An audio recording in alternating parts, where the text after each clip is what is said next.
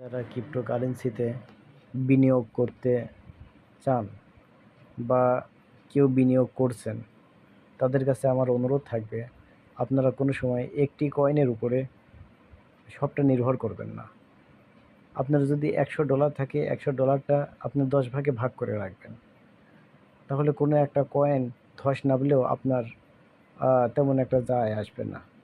ক্ষতি হবে, সাময়িক অবশ্যই ক্ষতি হবে, কিন্তু বড় ধস, যেমন মনে করেন এই যে ZKG, এই যে কয়েনটা, এই কয়েনটা একদিন আগে ছিল প্রায় $2, সেটা নেমে এসেছে 25 সেন্টে।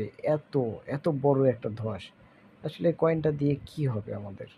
আমাদের আসলে যায় আসে, বিটকয়েনটা বুথ আছে, বিটকয়েনে লেনদেন হয়, কিন্তু হাজার হাজার যে কয়েন, এগুলো ওরা তৈরি করে আবার ওরাই ধস নামায় দেয়, মাঝখান থেকে আমাদের অনেক টাকা তারা ক্ষতি করে।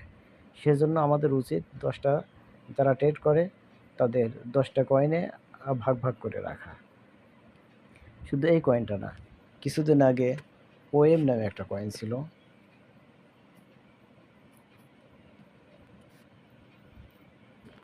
দেখুন এই কয়েনটা বেশি দিন আগে না, এই দেখেন কয়েকটা দিন আগে, তাও মাসখানেক হবে। দেখেন ছিল হচ্ছে প্রায় $60, সেইটা আপনার 36 সেন্টে নেমে আসছে। এত বড় একটা কয়েন, এত বড় মাপের, প্রায় 100 বা 100টার মধ্যে, 100 কয়েনের মধ্যে এই ওএম কয়েনটা অনেক উপরের দিকে ছিল, 30-40 এই কয়েনে ছিল। সেটা এত বড় একটা ধস, মানে আপনি যদি টাকাটা রাখতেন, আপনার টাকা কি পরিমাণে নষ্ট হতো। এই জন্য আমার অনুরোধ, আপনারা কোনো সময় একটা কয়েনের উপরে নির্ভরশীল হবেন না। আপনারা ভাগ ভাগ করে আপনার কয়েনগুলো রাখবেন।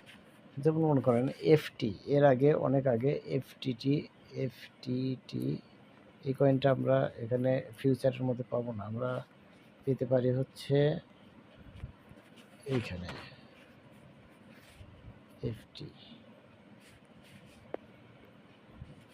এফটিটি ইউএসডিটি। আচ্ছা, এই কয়েনটা দেখেন অনেক ভালো একটা কয়েন ছিল। সেই কয়েনটা দেখেন এইখানে বড় একটা ধস খেয়েছিল। এটা গিগের মধ্যে অনেক ভালো, সবাই একে নিয়ে দেখেন $26 ছিল, সেটা $1 নেমে আসছিল।